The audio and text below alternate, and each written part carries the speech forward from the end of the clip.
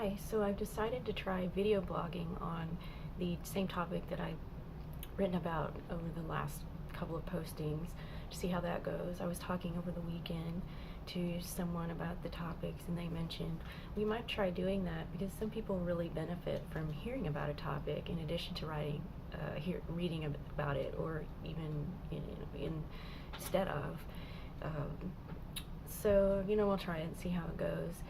I really enjoyed writing about the topic that I was recently writing about. It really went a long way toward helping me, just writing it all out, reading about all the stuff that I used to write the article. And so this will probably be really good to talk about it as well. But the topic was about, can narcissists love you, which I think is a very fascinating topic. I think it actually is the crux of understanding the entire relationship, because once you sort of figure that out, then you can kind of put all the other pieces into place. Why did they do this? Why did they do that? Did they do it on purpose? What were they trying to accomplish? Et cetera, et cetera. So I think that just understanding some of the things around Narcissists and Love is a key to sort of releasing yourself from these unanswered questions and moving on to other things. I used to get hung up on this all the time. I used to constantly ask my ex, do you love me? Did you love me? If you love me, how could you have done this? And he would actually get mad. He would say, well, if you can't tell I love you, then you never appreciated anything I did for you. And, someday you're gonna know how much I love you. And it would just baffle me. Say, well, if you love me so much, then I don't understand how you could have also done X, Y, and Z. And sometimes I would just ask him for an account of things, and this is how sometimes we would end up talking again, is he would promise to explain things or let me ask him questions, or it would just involve me in another conversation with him again and again, because I would just be so baffled by everything. And I just want to hear him talk and explain something that sounded rational somehow. Just tell me how he was feeling, or what he was thinking when he was doing some of these things that didn't seem to make any sense. When he was doing something, when he was cheating, when he was doing one of these things behind my back, when he was moving on so quickly, when he was doing something that's horrible, this betrayal, and coming back and saying, you're the love of my life, or whatever. Like, what was going through his head? Did he think about me at all? Did he hesitate? What was he thinking? And then why come back here, here meaning to me, and say, these other things now at this point, and what does he have to say about it now in retrospect, now that he's coming back to me? Like, just, in other words, just say something to make it a rational story so that it makes sense. And he never could really do that. He could never put it together in any sort of a way that made sense. It just was sort of this jerky story. I did this, and then I did this, I felt this way, and then I kind of got over it, and but it never made sense. And so sometimes I'd ask him, why did you do this? And I could never really get good answers from him. A lot of times he'd just say, I don't know. And I don't know if he really didn't know, or if he didn't want to tell me, or like he had things in mind, or if he really just didn't know. He was just going around living his life and didn't know. Sometimes when he was mad, he'd say things like, well, it made me happy, okay? That's why I did it.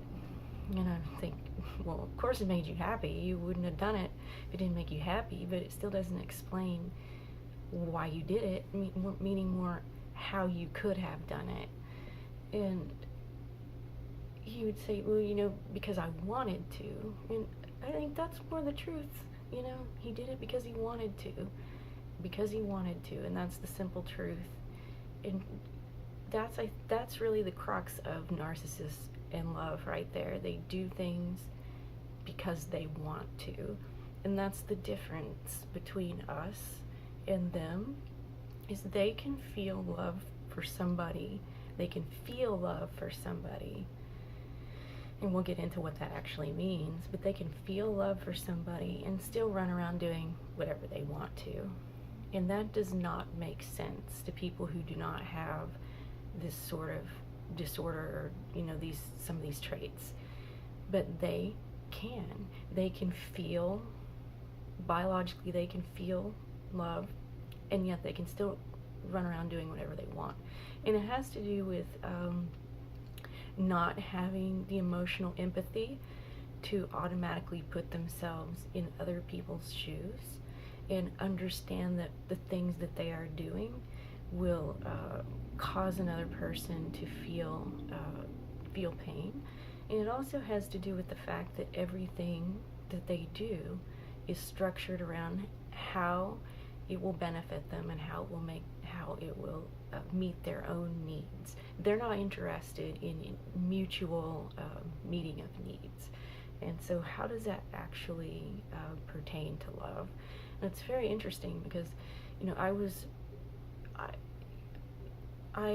still, like I said, none of any conversations with him answered my questions. And so I was just stuck in this pattern of, what does it mean? I would read these articles a lot, and they would say, well, they can't love you. They're just acting. They're just using people. To get what they want, and none of it's real. But that didn't quite seem to fit, because I can't be that horrible of a judge of characters. Some of the ways that he acted looked like love, and I'm not saying that he obviously he didn't always treat me with love, but it looked like love. And I can't be that horrible of a judge of character. I'm pretty good. I can't be that horrible of judging what people do. Yeah, he did lie to me a lot, but there were times when it looked like love. And some of the people I know that would write these articles would say, well, you're just in denial, and you're in denial now. But I still, there was more to it than that. I knew that there had to be more to it than that. Because even, if my intuition was off about the things that he was saying to me, my intuition was off about these articles as well. That they were filling over too many gaps. There was more to it. And so I kept doing research to learn more about it. Could there be more to it? And I found a lot of, I dug deeper into some researchers and doctors and psychiatrists and psychologists that actually treat narcissists and say that, well, there is we know there is a spectrum of narcissism, and those who treat narcissists say that non-malignant narcissists, and they're not talking about malignant narcissists, but non-malignant narcissists can feel love biologically. They can feel the spectrum of emotions that we can, most emotions that we can. Now, empathy is different. Empathy is not emotion. Remorse, there's a level of remorse they may not be able to feel. And the further along the spectrum toward antisocial personality disorder they get, the less emotions they can feel, the less likely we're talking about these narcissists. But they say, yes, they can feel love. And so, I quote, if you want to know more about this, I did quote these doctors in the first of the series of the articles and what they have to say about that. So I was like, I knew that looked like love to him, that felt like love to him, but there's something. Okay, so that was the first question answered. Yes, they can feel love. So what does that mean? Okay, they can feel love. So yay, they can feel love. So now the next question is, if they can feel love, then how in the heck can they then turn around and do all these horrible things that your worst enemy has never done to you? You know, things that you didn't even know that people could do to each other, right? Because that does not compute in any universe that we knew of before we met someone like this. So that's the next question, the next series of questions to answer, and that really came down to understanding, again, the lack of empathy, and also bigger than that,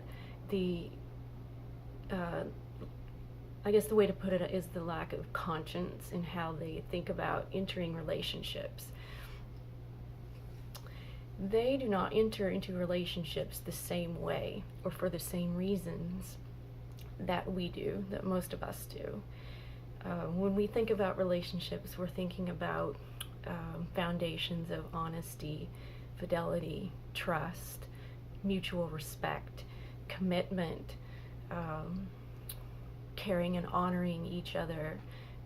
There's a level of integrity there that if self-sacrifice, that when you commit to each other, there's certain things you just don't do. That if you hurt the other person, it's like hurting yourself as well, because you've committed to that person, and there's things that if you were going to do them, you would feel bad about doing them, and you would feel like you were hurting, it would hurt you to hurt the other person.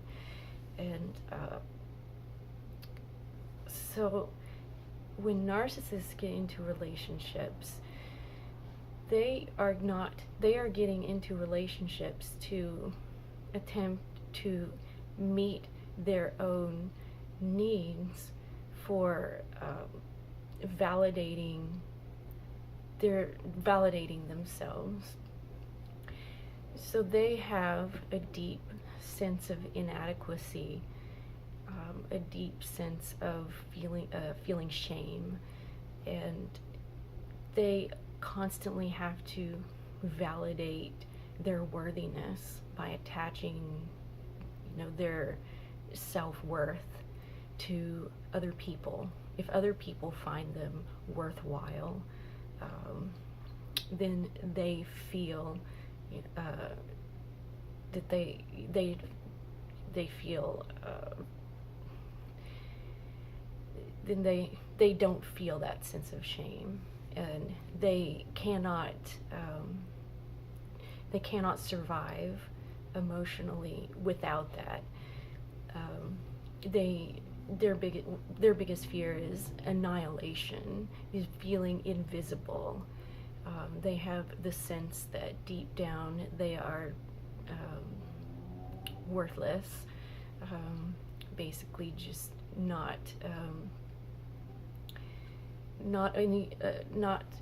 of quality at all. And the only way they can not have that feeling is by having someone or multiple someones view them as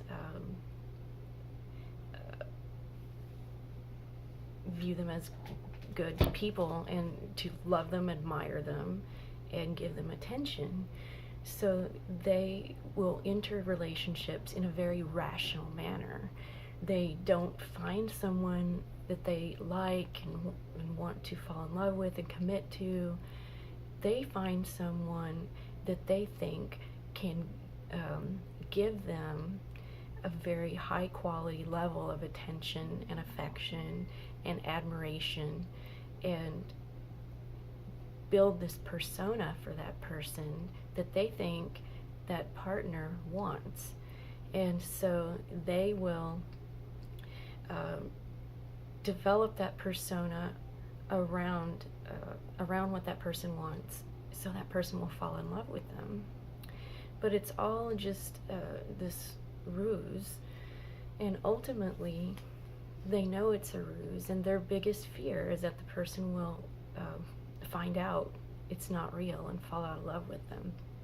Now, what they love about the person is not the person. They love that the person loves them.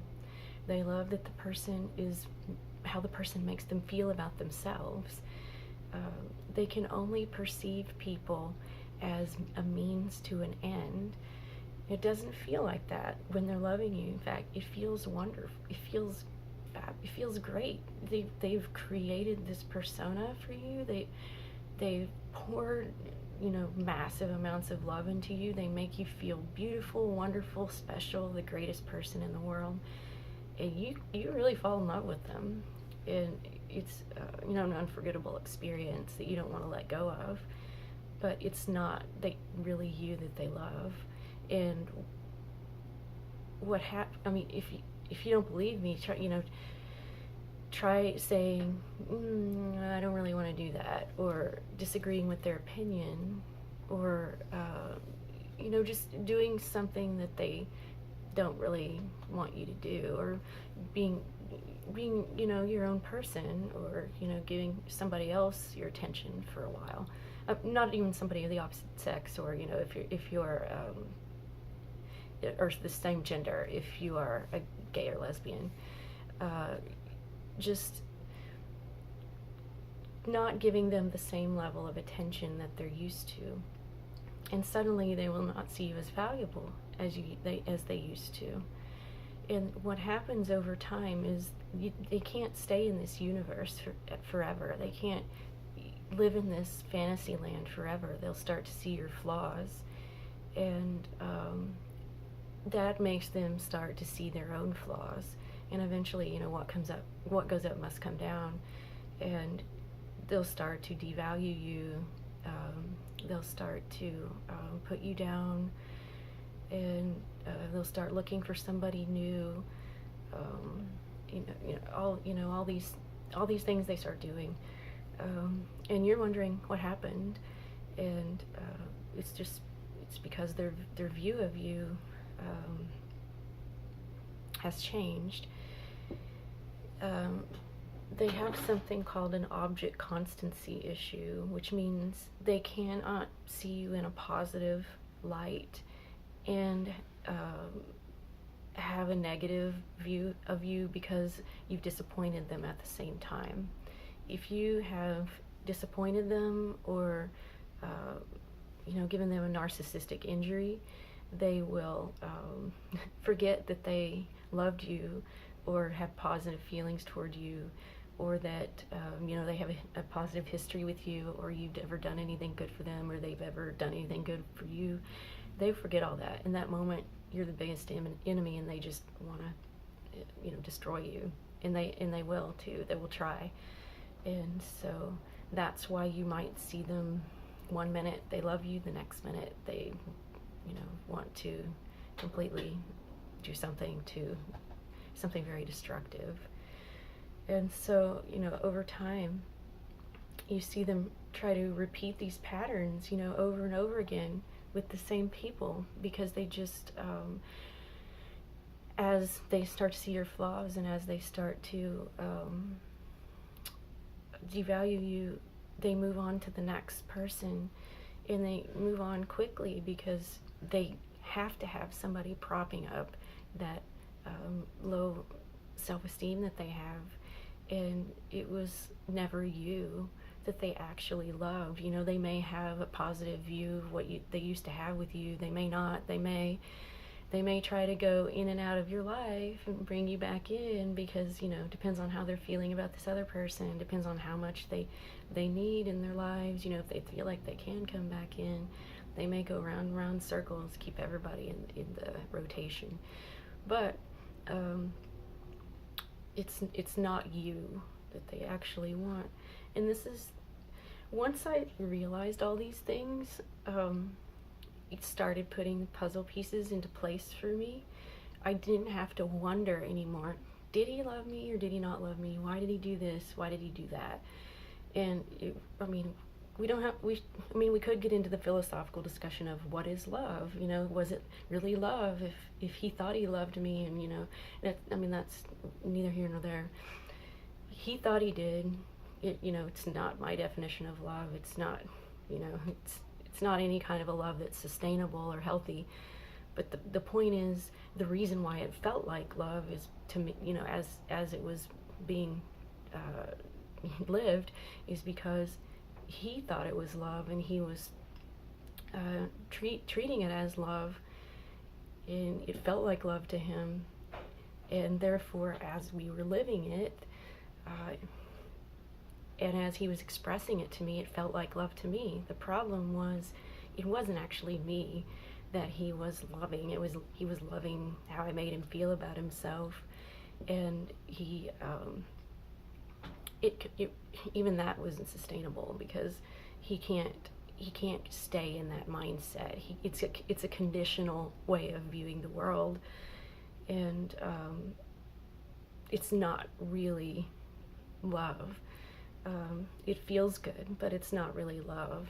And my understanding of this is not so I can say, should I, go back to him? Should I keep loving him? It's actually the opposite. It's so I don't have to keep thinking about what to say to him, or whether to engage him, if and when he comes back into my life. It's so I don't have to keep him in my head and keep wondering about what he actually meant or what he was actually trying to do. It's so now I can put these questions to bed once and for all, about what did he really mean, what was he really thinking, what was he really doing. And so that was the whole purpose of this exercise for myself, and I hope that someone else can get something out of this as well. If you're if you keep getting hoovered because they come back and try to tell you they love you and they want you back, and you're stuck missing them because you miss that love, you should honor that love you had for them, because it was real to you, and you'll have to grieve over that, but you have to come to an understanding that it's not you that they love, and they're using that against you, and they, as long as you keep getting drawn back into that, you just keep getting hurt. And you have to understand how they view love, and if you have that understanding, you can shut that door. The sooner you understand it, the sooner you can shut that door, understand what it really is, and stop letting them come back and tell you that they love you, and understand that they do mean it.